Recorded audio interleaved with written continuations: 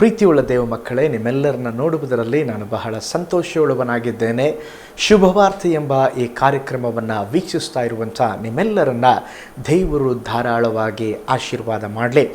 ನಾವು ನಿನ್ನೆಯ ದಿನದಲ್ಲಿ ಉಪವಾಸದ ಕುರಿತಾಗಿ ನಾವು ಜ್ಞಾನ ಮಾಡುತ್ತಾ ಇದ್ದೇವೆ. ಉಪವಾಸ ಪ್ರಾರ್ಥನೆ ಯಾರು ಮಾಡಬೇಕು, ಅಥವಾ ಉಪವಾಸ ಪ್ರಾರ್ಥನೆ ಹೇಗೆ ಮಾಡಬೇಕು, ಉಪವಾಸ ಪ್ರಾರ್ಥನೆ ಹೇಗೆ ಮಾಡಬಾರದು, ನಿಮಗೆ ಆಶೀರ್ವಾದವಾಗಿತ್ತೆಂಬುದಾಗಿ ನಾನು ಭಾವಿಸ್ತೇನೆ. ಈ ದಿನ ಕೂಡ ನಾವು ಉಪವಾಸ ಇರುವಾಗ ನಾವು ಏನು ಮಾಡಬೇಕು, ಅದಕ್ಕೆ ಮುಂಚಿತವಾಗಿ ಆ ಒಂದು ವಾಕ್ಯ ಭಾಗವನ್ನು ನಾವು ಓದಿಕೊಳ್ಳೋಣ.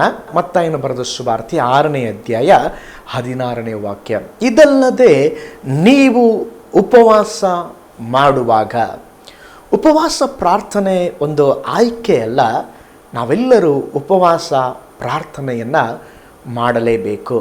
ಇಲ್ಲಿ ಯೇಸು ಸ್ವಾಮಿ ಹೇಳುತ್ತಾ ಇದ್ದಾರೆ, ನೀವು ಉಪವಾಸ, ಒಂದು ವೇಳೆ ನೀವು ಉಪವಾಸ ಮಾಡುವಾಗ ಅಂತ ಬರೆದಿಲ್ಲ, ನೀವು ಉಪವಾಸ ಮಾಡುವಾಗ ಅಂದರೆ ಎಲ್ಲರೂ ಉಪವಾಸ ಮಾಡಬೇಕು.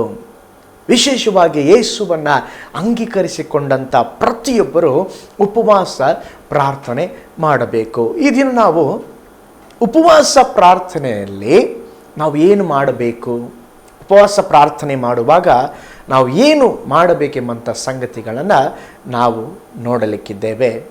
ಒಂದು, ನಾವು ಉಪವಾಸ ಇರುವಾಗ ದೇವರ ಮುಖವನ್ನು ನೋಡಬೇಕು. ನೋಡಿ, ನೀವು ಉಪವಾಸ ಮಾಡುವಾಗ ನಿಮ್ಮ ಮುಖ್ಯ ಉದ್ದೇಶ ದೇವರ ಮುಖವನ್ನು ನೋಡುವುದಾಗಿರಬೇಕು. ಉಪವಾಸ ಇದ್ದು ದೇವರೇ ನನಗೆ ಮೇರಿ ಕೊಡು, ನನಗೆ ಶಾಲಿನಿ ಕೊಡು, ದೇವರೇ ಅವನೇ ನನಗೆ ಗಂಡನಾಗಿ ಬರಬೇಕು, ದೇವರೇ ಅವಳೇ ನನಗೆ ಹೆಂಡತಿಯಾಗಿ ಬರಬೇಕು, ಇದೆಲ್ಲವನ್ನು ಫಸ್ಟ್ ಬಿಟ್ಟಾಕಿ ಬೇರೆಯವರ ಮುಖವನ್ನು ಹುಡುಕಲಿಕ್ಕೆ ನೀವು ಉಪವಾಸಕ್ಕೆ ಬರಬಾರದು. ಉಪವಾಸದಲ್ಲಿ ನೀವು ದೇವರ ಮುಖವನ್ನು ಮಾತ್ರ ಹುಡುಕಬೇಕು. ಕೆಲವರು ಉಪವಾಸಕ್ಕೆ ಬಂದರೆ ಒಂದು ದೊಡ್ಡ ಶಾಪಿಂಗ್ ಲಿಸ್ಟ್.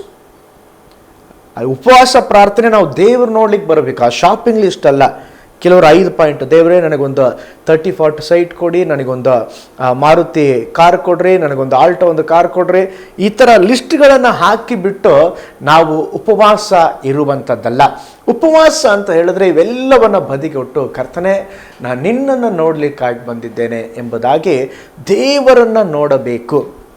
ಉಪವಾಸ ಇರುವಾಗ ನೀವು ದೇವರನ್ನು ನೋಡಬೇಕು, ಸಮಸ್ಯೆಯನ್ನು ನೋಡಬೇಡ್ರಿ. ಕೆಲಸವನ್ನು ಹುಡುಕದೆ ಕೆಲಸವನ್ನು ಆಶೀರ್ವದಿಸುವಂಥ ದೇವರನ್ನು ಹುಡುಕ್ರಿ. ಬೈಬಲಲ್ಲಿ ಉದಾಹರಣೆ ನೋಡ್ತೇವೆ. ಮೋಶೆ 40 ದಿವಸ ಉಪವಾಸ ಪ್ರಾರ್ಥನೆ ಮಾಡಿದಂತೆ. ಸೀನಾಯಿ ಬೆಟ್ಟದಲ್ಲಿ ಏನು ಮಾಡ್ದ? ಒಂದು ದೊಡ್ಡ ಲಿಸ್ಟ್ ತೊಗೊಂಡು ಹೋದ್ನಾ? ನೋ. ಏನು ಕೇಳಿರ್ಬೋದು? ದೇವರೇ ನನಗೊಂದು ಮನೆ ಕೊಡ್ರಿ ಅಂತೆಲ್ಲ ಕೇಳಿರ್ಬೋದಾ ಮೋಶೆ? ನೋ. ಬೈಬಲ್ ಹೇಳ್ತದೆ, ಆ 40 ದಿನಗಳು ಮೋಶೆ ದೇವ್ರ ಮುಖ ನೋಡ್ತಾ ಇದ್ದಾನೆ, ದೇವರು ಮೋಶೆ ಮುಖ ನೋಡ್ತಾ ಇದ್ದಾರೆ. ಬೇರೆ ಏನಿಲ್ಲ, ಕೇವಲ ಮುಖವನ್ನು ಮಾತ್ರ ನೋಡ್ತಾನೆ. ಅದಕ್ಕೆ ಬೈಬಲ್ ಹೇಳ್ತದೆ, ಆ 40 ದಿನ ಅಲ್ಲಿ ಇದ್ದು ತಿರುಗಿ ಅವನ ಕೆಳಗಡೆ ಬರುವಾಗ ಅವನ ಮುಖದಲ್ಲಿ ಒಂದು ಪ್ರಸನ್ನತೆ ಇತ್ತಂತೆ. ಜನರು ಆತನ ಮುಖವನ್ನು ನೋಡಲಿಕ್ಕೆ ಭಯಪಟ್ಟರಂತೆ. ಅಷ್ಟು ಪ್ರಸನ್ನತೆ. ಕಾರಣ ಆ ಉಪವಾಸ ಪ್ರಾರ್ಥನೆಯಲ್ಲಿ ಮೋಶೆ ದೇವರ ಮುಖವನ್ನು ನೋಡಿದ. ಹೌದು ಪ್ರೀತಿಯುಳ್ಳ ದೇವ ಮಕ್ಕಳೇ, ಸನ್ನಿವೇಶವನ್ನು ನೋಡದೆ ಸನ್ನಿವೇಶ ಬದಲಾಯಿಸುವಂಥ ದೇವರನ್ನ ನೋಡ್ರಿ. ಅದಕ್ಕೆ ಕೀರ್ತನೆ 34ನೇ ಅಧ್ಯಾಯದಲ್ಲಿ ಕೀರ್ತನೆಗಾರನ ಹೇಳುತ್ತಾ ಇದ್ದಾನೆ, ಯಾರು ಯೇಸುವನ್ನು ದೃಷ್ಟಿಸುತ್ತಾರೋ ಆತನನ್ನು ದೃಷ್ಟಿಸಿದವರ ಮುಖವು ಪ್ರಕಾಶಮಾನವಾಯಿತು. ಉಪವಾಸ ಪ್ರಾರ್ಥನೆಯಲ್ಲಿ ನೀನು ಯೇಸುವನ್ನು ದೃಷ್ಟಿಸಬೇಕು. ಯೇಸುವೇ ನನಗೇನು ಬೇಡ, ನನಗೆ ನೀನು ಬೇಕಪ್ಪ, ನಿನ್ನ ಮುಖವನ್ನು ನಾನು ನೋಡ್ತೇನೆ ಸ್ವಾಮಿ. ಆ ಥರ ಮಾಡಿ ನೋಡಿ, ನಿಮ್ಮ ಜೀವಿತದಲ್ಲಿ ಎಲ್ಲವೂ ಸರಿಯಾಗತ್ತೆ. ದೇವರ ಮುಖವನ್ನು ನೋಡಿ ಎಲ್ಲವೂ ಅದರದರ ಸ್ಥಳದಲ್ಲಿ ಇರುತ್ತದೆ. ಪಂಜಾಬ್ ಪ್ರಾಂತ್ಯದಲ್ಲಿ ಜಾನ್ ಹೈಡ್ ಎಂಬಂಥ ಒಬ್ಬ ಮಿಷನರಿ ಬಂದಿದ್ದರು. ಅವರಿಗೆ ಕಿವಿ ಕೇಳಿಸುವುದಿಲ್ಲ, ಭಾಷೆ ಗೊತ್ತಿಲ್ಲ.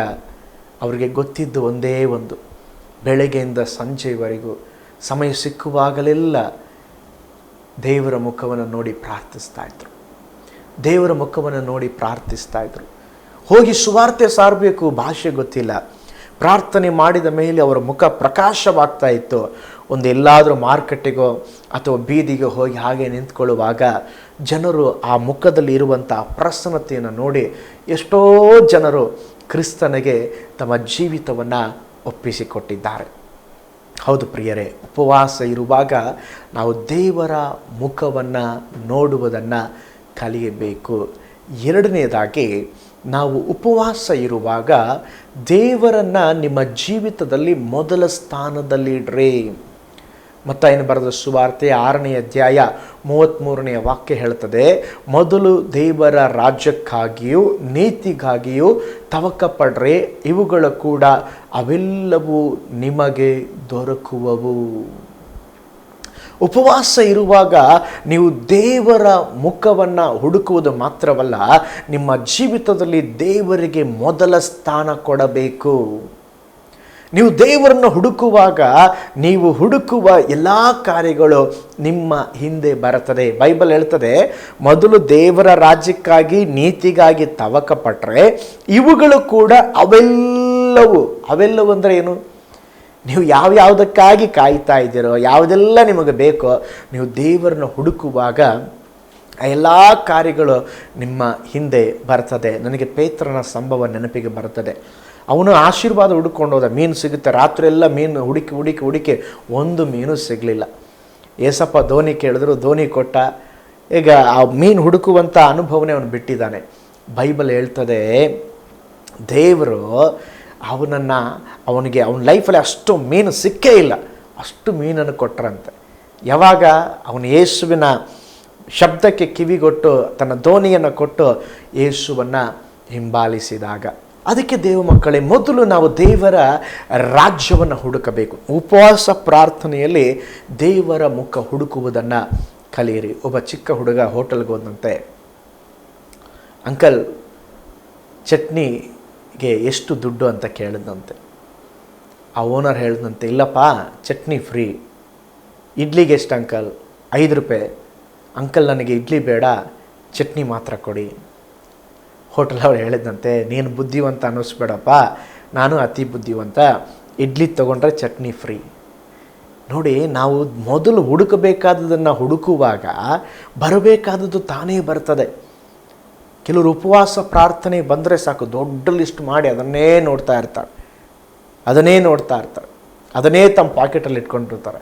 ಉಪವಾಸ ಪ್ರಾರ್ಥನೆ ಬರುವಾಗ ನಿನ್ನ ಜೀವನದಲ್ಲಿ ಮೊದಲ ಸ್ಥಾನ ದೇವರಿಗೆ ಕೊಡ್ರಿ. ಹೇಳಿ, ದೇವರೇ ನನಗೆ ಕಾರು ಬೇಡ, ಬಂಗ್ಲೆ ಬೇಡ, ಏಸಪ್ಪ ನನಗೆ ನೀನು ಬೇಕಂತ ಕೇಳ್ರಿ. ಒಂದು ಉದಾಹರಣೆ ನೆನಪಿಗೆ ಬರ್ತದೆ. ಒಂದು ಸಾರಿ ರಾಜ ಒಂದು ಡಂಗೂರ ಸಾರಿ ಹೇಳಿದಂತೆ, ನಾಳೆ ನನ್ನ ಅರಮನೆಯಲ್ಲಿ ನಿಮಗೇನೇನು ಬೇಕೋ ಎಲ್ಲ ಸಿಗ್ತದೆ, ಬಂದು ಫ್ರೀಯಾಗಿ ತಗೊಂಡು ಹೋಗ್ರಿ. ನನ್ನ ಜನರು ನಾನು ಎಷ್ಟು ಪ್ರೀತಿಸ್ತಾರಂತೇಳಿ ನಾನು ತಿಳ್ಕೊಬೇಕಂತೇಳಿ ರಾಜ ಒಂದು ಮೂಲೆಯಲ್ಲಿ ನಿಂತ್ಕೊಂಡಿದ್ದಂತೆ. ಟೈಮ್ ಆಯಿತು, ಗೇಟ್ ಓಪನ್ ಮಾಡಿದ್ರು, ಎಲ್ಲ ಜನ ಬಂದರು, ಅವ್ರವ್ರಿಗೆ ಬೇಕಾದದೆಲ್ಲ ತೊಗೊಂಡು ಹೋದರು. ಬಂಗಾರ, ಬೆಳ್ಳಿ, ಹಣ, ಗಿನ. ಒಬ್ಬನು ಮಾತ್ರ ರಾಜನ ನೋಡ್ತಾ ಇದ್ದಂತೆ. ರಾಜನನ್ನು ಅಪ್ಕೊಂಡು ಹೇಳಿದಂತೆ, ರಾಜ ನನಗೇನು ಬೇಡ, ನನಗೆ ನೀನು ಬೇಕಪ್ಪ, ನನಗೆ ನೀನು ಬೇಕು, ನೀನು ಒಳ್ಳೆ ಅರಸ ಎಂಬುದಾಗಿ ಅವನು ಎತ್ಕೊಂಡಂತೆ. ಆಗ ರಾಜ ಹೇಳಿದಂತೆ ಮುಖ್ಯಮಂತ್ರಿಗೆ, ನೋಡು, ಅವರೆಲ್ಲ ಅಲ್ಪವಾದ ಸುಖಕ್ಕಾಗಿ ಎಲ್ಲ ತೊಗೊಂಡು ಹೋಗ್ತಾ ಇದ್ದಾರೆ, ಇವನು ನಾನು ಬೇಕೆಂಬುದಾಗಿ ಕೇಳ್ತಾ ಇದ್ದಾನೆ, ನನ್ನ ರಾಜ್ಯದ ಅರ್ಧ ಆಸ್ಥಾನವನ್ನು ಇವನಿಗೆ ಬರೆದು ಬಿಡು ಎಂಬುದಾಗಿ ಹೇಳಿದಂತೆ. ನೋಡಿ, ಏಸಪ್ಪ ನನಗೆ ನೀನು ಸಾಕೆಂಬುದಾಗಿ ಹೇಳುವಾಗ ಏಸಪ್ಪ ನಮ್ಮೊಟ್ಟಿಗೆ ಬಂದರೆ ಎಲ್ಲ ಬಂದ್ಬಿಡುತ್ತಾರೆ, ಆಟೋಮೆಟಿಕ್ಕಾಗಿ ಬಂದ್ಬಿಡುತ್ತೆ. ಆಶೀರ್ವಾದ ಬಂದ್ಬಿಡುತ್ತದೆ, ಅಗತ್ಯತೆಗಳು ಸಂಧಿಸಲ್ಪಡ್ತದೆ, ಪ್ರಾಬ್ಲಮ್ ಸಾಲ್ವ್ ಆಗಿಬಿಡ್ತದೆ. ಅವರು ಬರಬೇಕು. ಆದ್ದರಿಂದ ನೀವು ನಿಮ್ಮ ಜೀವಿತದಲ್ಲಿ ಮೊದಲ ಸ್ಥಾನವನ್ನು ಏಸಪ್ಪನಿಗೆ ಕೊಡ್ರಿ. 4ನೇದಾಗಿ, ಉಪವಾಸ ಇರುವಾಗ ಅಧಿಕವಾಗಿ ಪ್ರಾರ್ಥಿಸ್ರಿ. ಕೆಲವರು ಉಪವಾಸ ಇರ್ತಾರೆ, ಪ್ರೇರೆ ಮಾಡೋದಿಲ್ಲ, ಅದು ಉಪವಾಸ ಅಲ್ರಿ. ಉಪವಾಸ ಅಂತ ಹೇಳಿದ್ರೆ ನೀವು ಪ್ರೇಯರ್ ಮಾಡಬೇಕು, ಅದೇ ಉಪವಾಸ ಪ್ರಾರ್ಥನೆ. ನೀವು ಬರೇ ಉಪವಾಸ ಅಂತ ಹೇಳಿ ನೀವು ಪ್ರೇಯರ್ ಮಾಡದೇ ಇದ್ದರೆ ಹಸಿವೆ, ಊಟ ಬಿಟ್ಟಿದ್ದೀರಾ ಅಷ್ಟೇ, ಅದು ಉಪವಾಸ ಪ್ರಾರ್ಥನೆ ಆಗೋದಿಲ್ಲ. ಪ್ರಾರ್ಥಿಸದೆ ನೀನು ಕೇವಲ ಉಪವಾಸ ಇದ್ದರೆ ಅದು ಉಪವಾಸ ಅಷ್ಟೇ ಅಲ್ಲ, ಆದರೂ ಉಪವಾಸ ಪ್ರಾರ್ಥನೆ ಮಾಡಬೇಕು. ನೀನು ಹೆಚ್ಚು ಸಮಯ ಪ್ರಾರ್ಥನೆ ಮಾಡಬೇಕು. ಉಪವಾಸ ಇದ್ದರೆ ನೀವು ಸುಮ್ಮನೆ ಊಟ ಮಾಡದೆ ಸುಮ್ಮನೆ ಇದ್ಬಿಟ್ರೆ ಅದು ಉಪವಾಸ ಅಲ್ರಿ. ನಾವು ಪ್ರಾರ್ಥನೆ ಮಾಡಬೇಕು. ನಿಮ್ಮ ಕುಟುಂಬಕ್ಕಾಗಿ ಪ್ರೇಯರ್ ಮಾಡಿರಿ, ನಿಮ್ಮ ಮಕ್ಕಳಿಗಾಗಿ ಪ್ರೇಯರ್ ಮಾಡಿರಿ, ನಿಮ್ಮ ಸಭೆಗಾಗಿ ಪ್ರೇಯರ್ ಮಾಡಿರಿ, ಸಭಾಪಾಲಕರಿಗಾಗಿ ಪ್ರೇಯರ್ ಮಾಡಿರಿ, ದೇಶದ ರಕ್ಷಣೆಗಾಗಿ ಪ್ರೇಯರ್ ಮಾಡಿರಿ, ನಿಮಗಾಗಿ ಪ್ರೇಯರ್ ಮಾಡಿರಿ. ಏನಿದೆಯೋ ಎಲ್ಲವನ್ನು ದೇವ್ರ ಹತ್ರ ನಾವು ಏನು ಮಾಡಬೇಕಂತ ಹೇಳಿದ್ರೆ, ಉಪವಾಸ ಇರುವಾಗ ಹೆಚ್ಚು ಪ್ರೇಯರ್ ಮಾಡಬೇಕು. ನೀನು ಎಷ್ಟು ದಿವಸ ಪ್ರಾರ್ಥನೆ ಮಾಡಿದಕ್ಕಂತಲೂ ಉಪವಾಸ ಇರುವಾಗ ಎಷ್ಟು ಸಮಯ ಸಿಗ್ತದೋ ಅಷ್ಟು ಪ್ರಾರ್ಥನೆಯಲ್ಲಿ ನೀವು ಕಳೆಯಬೇಕು. 4ನೇದಾಗಿ, ಉಪವಾಸ ಇರುವಾಗ ಅಧಿಕವಾಗಿ ಸತ್ಯವೇದವನ್ನು ಓದಬೇಕು. ಉಪವಾಸ ಪ್ರಾರ್ಥನೆಯಲ್ಲಿ ನೀವು ಪ್ರಾರ್ಥಿಸಬೇಕು, ಅದರೊಂದಿಗೆ ದೇವರು ಮಾತನಾಡಲು ಸಮಯ ಕೊಡಬೇಕು. ದೇವರು ಹೇಗೆ ಮಾತನಾಡ್ತಾರೆ? ಮಗನೇ, ನಾನು ನಿನ್ನನ್ನು ಆಶೀರ್ವದಿಸ್ತೇನೆ ಶಬ್ದದಿಂದ ಮಾತಾಡ್ತಾರೆ.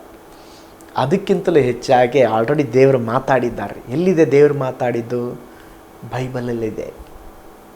ನೀವು ಬೈಬಲ್ ಓದಿದರೆ ಏಸಪ್ಪ ನಿಮ್ಮ ಜೊತೆ ಮಾತಾಡ್ತಾರೆ. ಕೆಲವರೆಲ್ಲ ಏಸಪ್ಪ ನನ್ನ ಜೊತೆ ಮಾತಾಡಪ್ಪ ಅಂತೇಳಿ ಬೈಬಲೇ ಓದೋದಿಲ್ಲ. ಮತ್ತೆ ಪಾಸ್ಟರ್ ಏಸಪ್ಪ ನಮ್ಮ ಜೊತೆ ಮಾತಾಡಲೇ ಇಲ್ಲ. ಮಗನೇ ಮಗಳೇ, ನೀನು ಬೈಬಲ್ ಓದೋ, ಏಸಪ್ಪ ನಿನ್ನ ಜೊತೆ ಮಾತಾಡ್ತಾರೆ. ಆಲ್ರೆಡಿ ನಿನಗೇನು ವಾಕ್ಯ ಬರಬೇಕೋ, ಏನು ಮಾತಾಡಬೇಕೋ ಆಲ್ರೆಡಿ ಎಲ್ಲವನ್ನ ದೇವರು ನಿನ್ನ ಬೈಬಲಲ್ಲಿ ಬರೆದಿಟ್ಬಿಟ್ಟಿದ್ದಾರೆ. ನೀವು ಬೈಬಲ್ ಓದಿದ್ರೆ ಏಸಪ್ಪ ಅದರ ಮುಖಾಂತರವಾಗಿ ಮಾತನಾಡ್ತಾರೆ. ನಿಮ್ಮ ಪ್ರಾರ್ಥನೆ ಒನ್ ವೇ ಆಗಿರಬಾರ್ದು. ನೀವು ಯಾರಿಗಾದ್ರೂ ಹಲೋ ಅಂತ ಹೇಳ್ತೀರಾ, ಆ ಕಡೆಯಿಂದ ಏನು ಹೇಳಬೇಕು? ಅವರು ಹಲೋ ಅಂತ ಹೇಳಬೇಕು. ನೀವು ಏಸಪ್ಪ ಹತ್ರ ಏಸಪ್ಪ ನನ್ನ ಚೆನ್ನಾಗಿಟ್ಟಿರಪ್ಪ, ನನಗೆ ಒಳ್ಳೇದು ಮಾಡ್ರಪ್ಪ ಅಂತ ಎಲ್ಲ ನೀವೇ ಮಾತನಾಡಿ. ಅದಕ್ಕೆ ನಾನು ಯಾವಾಗಲೂ ಹೇಳೋದೇನಂತ ಹೇಳಿದ್ರೆ, ನೀವು 10 ನಿಮಿಷ ಪ್ರೇಯರ್ ಮಾಡಿದ್ರೆ 5 ನಿಮಿಷ ನೀವು ಪ್ರೇಯರ್ ಮಾಡಬೇಕು, 5 ನಿಮಿಷ ಏಸಪ್ಪನಿಗೆ ಟೈಮ್ ಕೊಡಬೇಕು. ಇವತ್ತೆಲ್ಲರೂ ಬ್ಯುಸಿ. ಆಮೇನಂತ ಹೇಳಿದ್ರೆ ಸಾಕು, ಎಲ್ಲ ಏಸಪ್ಪ ಮಾತಾಡ್ಲಿಕ್ಕೆ ರೆಡಿಯಾಗಿದ್ದಾರೆ. ನಾವೇ ಬಿಟ್ಬಿಟ್ಟು ಸ್ವಾಮಿ ನಾನು ಬ್ಯುಸಿ ಇದ್ದೀನಿ ಆಮೇಲೆ ಬರ್ತೀನಿ ಅಂತ ಹೋಗ್ಬಿಡ್ತಾ ಇದೆ. ನೀನು 1/2 ಅವರ್ ಪ್ರಾರ್ಥನೆ ಮಾಡಿದ್ರೆ 15 ನಿಮಿಷ ನೀನು ಪ್ರೇಯರ್ ಮಾಡ್ರಿ, 15 ನಿಮಿಷ ಕೂತ್ಕೋ. ಏಸಪ್ಪ ನೀವು ಮಾತನಾಡ್ರಿ. ಪ್ರಾರ್ಥನೆ ಅನ್ನೋದು ಒನ್ ವೇ ಅಲ್ಲ, ಒನ್ ಸೈಡ್ ಅಲ್ಲ, ಅದು 2 ಭಾಗ ಇರಬೇಕು. ನಾವು ಮಾತನಾಡಬೇಕು, ದೇವರು ನಮ್ಮ ಜೊತೆಯಲ್ಲಿ ಮಾತನಾಡಬೇಕು. ಹೌದು ಪ್ರಿಯರೇ, ನಮ್ಮ ಜೀವಿತದಲ್ಲಿ ಉಪವಾಸ ಇರುವಾಗ ನಾವು ಹೆಚ್ಚು ಬೈಬಲನ್ನು ಓದೋಣ. ದೇವರು ನಮ್ಮ ಜೊತೆಯಲ್ಲಿ ಮಾತನಾಡ್ತಾರೆ. 6ನೇದಾಗಿ, ಉಪವಾಸ ಇರುವಾಗ ಬಿಡಬೇಕಾದ ಕಾರ್ಯಗಳನ್ನು ಬಿಡ್ರಿ. ನಿನವೇ ಜನರು ಉಪವಾಸ ಪ್ರಾರ್ಥನೆ ಮಾಡಿದ್ರಂತೆ. ಯಾಕೆ ಗೊತ್ತಾ? ಕಾರು ಬಂಗ್ಲೆಗಾಗಲ್ರಿ. ಯೋನ ಹೋಗಿ ಹೇಳ್ತಾ ಇದ್ದಾನೆ, 40 ದಿನದೊಳಗೆ ಈ ಪಟ್ಟಣ ಹಾಳಾಗುತ್ತೆ, ನಿಮ್ಮ ಪಾಪ ಪರಲೋಕಕ್ಕೆ ಮುಟ್ಟಿದೆ, ದೇವ್ರಿ ಪಟ್ಟಣ ನಾಶ ಮಾಡ್ತಾರೆ. ತಕ್ಷಣ ರಾಜ ತನ್ನ ವಸ್ತ್ರ ಹರ್ಕೊಂಡು ಗೋಣೆ ತಟ್ಕೊಂಡು ಎಲ್ಲರಿಗೆ ಆರ್ಡ್ರ್ ಕೊಟ್ಬಿಟ್ಟು, ಎಲ್ಲರೂ ನಾವು ಪ್ರೇಯರ್ ಮಾಡೋಣ, ಫಾಸ್ಟಿಂಗ್ ಮಾಡೋಣ, ದೇವರು ಒಂದು ವೇಳೆ ಕನಿಕರ ಪಟ್ಟು ನಮ್ಮನ್ನು ಕ್ಷಮಿಸ್ತಾನೆ. ಬೈಬಲ್ ಹೇಳ್ತದೆ ಪ್ರಾಣಿಗಳು ಫಾಸ್ಟಿಂಗ್ ಮಾಡೋದುವಂತೆ. ಅವಕ್ಕೂ ಏನು ಕೊಡಲಿಲ್ಲರಿ. ಆ ಪಟ್ಟಣದ ನಿನವೆ ಜನರು ಎಲ್ಲರೂ ಸೇರಿ ಉಪವಾಸ ಪ್ರಾರ್ಥನೆ ಮಾಡ್ತಾ ಇದ್ದಾರೆ. ದಿಢೀರ್ ಅಂತೇಳಿ ದೇವರು ಮಾಡಬೇಕಾದಂಥ ಕೋಪವನ್ನು ಅದು ಬಿಟ್ಬಿಟ್ರು, ಕ್ಷಮಿಸ್ಬಿಟ್ರು. ಆ ನಿನವೆ ಪಟ್ಟಣ ಹಾಳು ಮಾಡ್ತೀನಂತ ಹೇಳಿದರು, ನಾಶ ಮಾಡ್ತೀನಂತ ಹೇಳಿದ್ರು. ದೇವರು ನಾಶ ಮಾಡಲೇ ಇಲ್ಲ, ದೇವ್ರ ಕಡೆಗೆ ತಿರುಗಿಕೊಂಡ್ರೆ. 6ನೇದಾಗಿ ನಾವು ಯಾವುದಕ್ಕೆ ಪ್ರೇಯರ್ ಮಾಡಬೇಕಂದ್ರೆ, ಉಪವಾಸ ಇರುವಾಗ ನಾವು ಬಿಡಬೇಕಾದ ಕಾರ್ಯಗಳನ್ನು ಬಿಡಬೇಕು. ಬ್ರದರ್, ಪಾಸ್ಟರ್, ನಾನು ರಕ್ಷಣೆ ಹೊಂದಿದ್ದೇನೆ, ಆದರೆ ಕೆಲವೊಂದು ಪಾಪದ ಚಟಗಳು ನನಗೆ ಬಿಡಲಾಗ್ತಾ ಇಲ್ಲ. ನೀವು ಉಪವಾಸ ಮಾಡುವಾಗ ಒಳಗಿನ ಮನುಷ್ಯನು ಬಲಶಾಲಿ ಆಗ್ತಾನೆ. ಆವಾಗ ಶರೀರದ ಇಚ್ಛೆಗಳನ್ನು, ಶರೀರದ ಪಾಪಗಳನ್ನು ಜಯಿಸ್ಬೋದು. 2 ಹಗ್ಗ ಕಟ್ಬಿಟ್ಟು ಎಳಿತಾ ಇದ್ದರೆ ಯಾವ ಕಡೆ ಬಲ ಜಾಸ್ತಿ ಇರ್ತದೆ ಅವರು ವಿನ್ ಆಗ್ತಾರೆ. ಅದೇ ಥರ ನೀನು ಕೇವಲ ಈ ಶರೀರವನ್ನು ಮಾತ್ರ ಪೋಷಣೆ ಮಾಡಿಕೊಂಡ್ರೆ ಶರೀರ ವಿನ್ ಆಗಿಬಿಡುತ್ತೆ. ಒಳಗಡೆ ಆತ್ಮ ಇದ್ದಾರೆ. ಆತ್ಮ ಅದು ಸ್ಟ್ರಾಂಗ್ ಆಗಬೇಕಂತ ಹೇಳಿದ್ರೆ ಪ್ರಾರ್ಥನೆ, ಬೈಬಲ್ ಜ್ಞಾನ, ಉಪವಾಸ, ಅದ್ರ ಮುಖಾಂತರ ಒಳಗಡೆ ಇರುವ ಮನುಷ್ಯ ಸ್ಟ್ರಾಂಗ್ ಆಗ್ತಾನೆ. ಆವಾಗ ಈ ಶರೀರಕ್ಕೆ ಅದು ಆಸ್ಪದ ಕೊಡೋದಿಲ್ಲ. ನಿಮ್ಮ ಬಲಹೀನತೆ ಒಪ್ಕೊಂಡು ನಿಮ್ಮ ಪಾಪ ಬಿಟ್ಟು ಬಿಡ್ರಿ, ದೇವರು ನಿಮಗೆ ಹೊಸ ಒಂದು ಆರಂಭವನ್ನು ಕೊಡ್ತಾರೆ. ಒಂದು ವಾರದಲ್ಲಿ 1 ದಿವಸ ಅಥವಾ 3 ದಿವಸ ತೆಗೆದುಕೊಂಡು, ಸ್ವಾಮಿ ನನ್ನನ್ನು ಯಾವುದೆಲ್ಲ ಪಾಪ ಕಾಡ್ತಾ ಇದೆಯೋ ನಾನು ಬಿಟ್ಟು ಬಿಡ್ತೇನೆ ಸ್ವಾಮಿ, ತಿರುಗಿ ಅವು ನಾನು ಹತ್ಕೋಬಾರ್ದಪ್ಪ, ನನಗೆ ಸಹಾಯ ಮಾಡ್ರಿ ಅಂತ ಹೇಳ್ರಿ. ದೇವರು ನಿಮಗೆ ಸಹಾಯ ಮಾಡ್ತಾರೆ. ಒಂದು ಚಿಕ್ಕ ಉದಾಹರಣೆ ಬರ್ತದೆ. ಒಂದು ಸಾರಿ ಒಂದು ನದಿ ಪ್ರವಾಹದ ನೀರು ಹರ್ಕೊಂಡು ಬರ್ತಾ ಇತ್ತಂತೆ. ಅದರಲ್ಲಿ ಏನೋ ಒಂದು ಕಪ್ಪಗಾಗಿರುವಂಥ ಒಂದು ವಸ್ತು ಬರ್ತಾ ಇತ್ತು. ಒಬ್ಬ ಫ್ರೆಂಡ್ ಹೇಳಿದ, ಏನೋ ವಸ್ತು ಬರ್ತಾ ಇದೆಯೋ. ಇನ್ನೊಬ್ಬ ಫ್ರೆಂಡ್ ಹೇಳಿದೆ, ಬೇಡ ಮಾರಯ್ಯ, ನಮಗೆ ಯಾಕೆ, ನಾವು ಹೋಗ್ಬಿಡೋಣ. ಇಲ್ಲ ನಾನು ಅದನ್ನು ಏನಂತ ನೋಡ್ತೀನಿ ಅಂತ ಈ ವ್ಯಕ್ತಿ ಹೋದ. ನೋಡಿದ್ರೆ ಆ ವಸ್ತುವನ್ನು ಹಿಡ್ಕೊಂಡಿದ್ದಾನೆ, ಆ ವಸ್ತು ಇವನು ಹಿಡ್ಕೊಂಡಿದೆ. ಹಾಗೆ ಇವನ ಫ್ರೆಂಡ್ ಹೇಳ್ತಾ ಇದ್ದಾನೆ, ಅದನ್ನು ಬಿಟ್ಟು ಬಾರೋ. ಇಲ್ಲಪ್ಪ, ಅದನ್ನು ನಾನು ಬಿಟ್ಟರು ಅದು ನನ್ನ ಬಿಡ್ತಾ ಇಲ್ಲ. ಏನು, ನೀನು ಬಿಟ್ಟರೆ ಅದು ನಿನ್ನ ಬಿಡ್ತಾ ಇಲ್ವ? ಏನದು? ಅದು ಕರಡಿಯಪ್ಪ, ಅದು ಕರಡಿ. ಇವತ್ತು ಕೆಲವರು ಪಾಪಗಳನ್ನು ಹೋಗಿ ಅವರೇ ಹಿಡ್ಕೊಂಡ್ಬಿಟ್ಟಿದ್ದಾರೆ. ಈಗ ಹೇಳ್ತಾ ಇದ್ರೆ ಅದು ನಾನು ಬಿಡ್ತಾ ಇಲ್ಲ. ಉಪವಾಸ ಮಾಡಿರಿ, ಅಂಥ ಕಾರ್ಯಗಳೆಲ್ಲ ಬಿಟ್ಟುಬಿಡ್ರಿ. 6 ಸಂಗತಿಯನ್ನು ತಿರುಗಿ ನಾನು ಪುನರಾವರ್ತನೆ ಮಾಡ್ತೇನೆ. ನಾವು ಉಪವಾಸ ಇರುವಾಗ ನಾವು ಏನು ಮಾಡಬೇಕು? ಫಸ್ಟ್ ನಾವು ಉಪವಾಸ ಇರುವಾಗ ಏನು ಮಾಡಬೇಕು? ಬರೀ ಊಟ ನೀರು ಕುಡಿದೆ ಊಟ ಮಾಡದೆ ಸುಮ್ಮನೆ ಇರಬೇಕಾ? ನೋ. ನಾವು ಉಪವಾಸ ಇರುವಾಗ ದೇವರ ಮುಖವನ್ನು ನೋಡಬೇಕು. 2, ನಾವು ಉಪವಾಸ ಇರುವಾಗ ನಮ್ಮ ಜೀವಿತದಲ್ಲಿ ಮೊದಲ ಸ್ಥಾನವನ್ನು ದೇವರಿಗೆ ಕೊಡಬೇಕು. 3ನೇದಾಗಿ, ನಾವು ಉಪವಾಸ ಇರುವಾಗ ನಮ್ಮ ಆಲೋಚನೆ ಪ್ರಾರ್ಥನಾ ಆಲೋಚನೆಯಾಗಿರಬೇಕು. 4ನೇದಾಗಿ, ನಾವು ಉಪವಾಸ ಇರುವಾಗ ಅಧಿಕವಾಗಿ ಪ್ರಾರ್ಥಿಸಬೇಕು. 5, ನಾವು ಉಪವಾಸ ಇರುವಾಗ ಸತ್ಯವೇದವನ್ನು ಓದಬೇಕು. ನಾವು ಉಪವಾಸ ಇರುವಾಗ ಬಿಡಬೇಕಾದ ಕಾರ್ಯಗಳನ್ನು ಬಿಡಬೇಕು. ಇನ್ನೊಂದು ಅಂಶ ನನಗೆ ನೆನಪಿಗೆ ಬರ್ತದೆ. ಉಪವಾಸ ಇರುವಾಗ ನಮ್ಮ ಆಲೋಚನೆ ಪ್ರಾರ್ಥನಾ ಆಲೋಚನೆಯಾಗಿರಬೇಕು. ಕೆಲವರು ಉಪವಾಸ ಇರುವಾಗಲೇ ಸೈತಾನ್ ಅವ್ರಿಗೆ ಹೈದರಾಬಾದ್ ಬಿರಿಯಾನಿ ನೆನಪು ಮಾಡ್ತಾನೆ. ಪ್ರಾರ್ಥನೆ ಕೂತ್ಕೊಂಡು ಹಲ್ಲೆಲೂಯಾ, ಪ್ರೈಸ್ ಲಾರ್ಡ್, ದಿಢೀರ್ ಅಂತೇಳಿ ಅದುವರೆಗೆ ಆಲೋಚನೆ ಇಲ್ಲ. ಹೈದರಾಬಾದ್ ಬಿರಿಯಾನಿ ಸೂಪರಾಗಿರುತ್ತೆ ನೋಡ. ಪ್ರೇಯರ್ ಮಾಡುವಾಗಲೇ ಸ್ತೋತ್ರ ಸ್ತೋತ್ರ ಸ್ತೋತ್ರ. ಇವತ್ತು ಯಾರು, ಇವತ್ತು ಯಾವುದೋ ಮ್ಯಾಚ್ ಇದೆ ಅಲ್ವಾ, ತಿರುಗಿ ಕ್ರಿಕೆಟ್ ಮೇಲೆ ಒಂದು ಹುಚ್ಚು, ಕ್ರಿಕೆಟ್ ಆಲೋಚನೆ. ಹಂಗೆ ಪ್ರಾರ್ಥನೆ ಮಾಡುವಾಗ ಕೆಲವರು ಹೇಳ್ತಾರೆ, ಪಾಸ್ಟರ್, ನಾನು ಉಪವಾಸ ಪ್ರಾರ್ಥನೆಗೆ ಕಣ್ಣು ಮುಚ್ಚಿದರೆ ಎಲ್ಲ ಕಪ್ಪಗೆ ಕಾಣ್ತದೆ ಪಾಸ್ಟರ್. ನಾನು ಹೇಳಿದೆ, ಸಿಸ್ಟರ್, ನಾನು ಉಪವಾಸ ಇದ್ಬಿಟ್ಟು ನಾನು ಪ್ರೇಯರ್ ಮಾಡುವಾಗಲೂ ಕಪ್ಪಿಗೆ ಕಾಣೋದು. ಕಣ್ಣು ಮುಚ್ಚಿದ್ರೆ ಯಾರಿಗಾದರೂ ಕೆಂಪು ಕಾಣುತ್ತೆ, ವೈಟ್ ಕಾಣುತ್ತಾ? ಕಣ್ಣು ಮುಚ್ಚಿ ನೋಡಿ, ಕಪ್ಪು ತಾನೇ ಕಾಣೋದು. ಇವೆಲ್ಲವನ್ನು ಬಿಟ್ಟು ನಮ್ಮ ಆಲೋಚನೆ ಪ್ರಾರ್ಥನಾ ಆಲೋಚನೆ ಇರಬೇಕು. ಹಂಗೆ ಪ್ರೇಯರ್ ಮಾಡಿ ಹಲ್ಲೆಲೂಯಾ, ಸ್ತೋತ್ರ ಸ್ತೋತ್ರ ಅಂತ ಹೇಳ್ಬಿಟ್ಟು ಹಂಗೆ ಕೆಲವರು ನಿದ್ರೆ ಮಾಡ್ತಾ ಇರ್ತಾರೆ. ನಾವು ಉಪವಾಸ ಇರುವಾಗ ಎಲ್ಲ ಆಲೋಚನೆ, ಪ್ರೇಯರಿಗೆ ಹೋಗೋ ಮುಂಚೆನೇ 2 ಕೈ ತಲೆ ಮೇಲೆ ಇಟ್ಕೊಂಡ್ಬಿಟ್ರೆ, ಯೇಸುವಿನ ನಾಮದಲ್ಲಿ ನನ್ನ ಆಲೋಚನೆ ದೇವರಿಗೆ ಸ್ವಂತ, ನಾನು ಬೇರೆ ಯಾವ ಆಲೋಚನೆಗೆ ನಾನು ಸ್ಥಳವನ್ನು ಕೊಡೋದಿಲ್ಲ. ಫುಲ್ ಪ್ರೇಯರಲ್ಲೇ, ಬೇರೆ ಯಾವುದು ಥಿಂಕ್ ಮಾಡಬಾರ್ದು. ಮಕ್ಕಳು ಮಧ್ಯಾಹ್ನ ಸ್ಕೂಲಿಂದ ಬರ್ತಾರಾ, ಇವತ್ತು ನನ್ನ ಗಂಡ ಮಧ್ಯಾಹ್ನ ಮನೆಗೆ ಬರ್ತಾನೆ, ಏನು ಊಟ ಮಾಡಬೇಕು? ನೋ, ಎಲ್ಲ ಆಲೋಚನೆ ತೆಗೆದುಬಿಡ್ರಿ. ನಿಮ್ಮ ಒಳಗಡೆ ಆಲೋಚನೆ ಎಲ್ಲ ಪ್ರಾರ್ಥನಾ ಆಲೋಚನೆ ಆಗಿರಬೇಕು. ಹಾಗೆ ಮಾಡಿ ನೋಡಿ, ದೇವರು ನಿಮ್ಮನ್ನು ಆಶೀರ್ವಾದ ಮಾಡ್ತಾರೆ. ಕರ್ತನು ನಿಮ್ಮನ್ನು ಆಶೀರ್ವಾದ ಮಾಡಲಿ. ಈ ವಾಕ್ಯ ಭಾಗ ನಿಮಗೆ ಆಶೀರ್ವಾದವಾಗಿದೆ ಎಂಬುದಾಗಿ ನೆನೆಸ್ತಾ ಇದ್ದಾನೆ. ನಾವು ಪ್ರಾರ್ಥನೆ ಮಾಡಿಕೊಳ್ಳೋಣ. ಪರಲೋಕದಲ್ಲಿ ವಾಸ ಮಾಡುವ ನಮ್ಮ ತಂದೆಯಾದ ದೇವರೇ, ಈ ದಿವಸ ನಾವು ಉಪವಾಸದ ಕುರಿತಾಗಿ, ಉಪವಾಸದ ಸಮಯದಲ್ಲಿ ನಾವು ಏನು ಮಾಡಬೇಕೆಂಬಂಥ ಸಂಗತಿಗಳನ್ನು ಕಲಿತಿದ್ದೇವೆ. ಅಪ್ಪ ದೇವರೇ, ನಾವು ಕೇಳಿಸಿಕೊಂಡಿದ್ದೇವೆ, ಅದೇ ವಿಧದಲ್ಲಿ ನಿನ್ನ ಮುಖವನ್ನು ಹುಡುಕುವಂತೆ ಎಸಪ್ಪ, ನಮ್ಮ ಹೃದಯದಲ್ಲಿ ಮೊದಲ ಸ್ಥಾನ ನಿಮಗೆ ಕೊಡುವಂತೆ ಎಸಪ್ಪ, ನಮ್ಮ ಆಲೋಚನೆಗಳು ಪ್ರಾರ್ಥನಾ ಆಲೋಚನೆವಾಗಿರುವಂತೆ ಅಪ್ಪ, ನಾವು ಸತ್ಯವೇದವನ್ನು ಅಧಿಕವಾಗಿ ಓದುವಂತೆ, ಹೆಚ್ಚು ಪ್ರಾರ್ಥಿಸುವಂತೆ ನಮ್ಮೆಲ್ಲರಿಗೂ ಸಹಾಯ ಮಾಡಿರಿ. ಆಶೀರ್ವದಿಸ್ರಿ, ಬಲಪಡಿಸ್ರಿ. ವೀಕ್ಷಿಸಿದ ಪ್ರತಿಯೊಬ್ಬರ ಮೇಲೆ ನಿನ್ನ ಕೃಪೆ, ನಿನ್ನ ಆಶೀರ್ವಾದ ನೆಲೆಯಾಗಿರಲಿ. ಯೇಸುವಿನ ಹೆಸರಿನಲ್ಲಿ ತಂದೆಯೇ, ಆಮೆನ್. ಆಮೆನ್. Praise the lord. My god bless you all.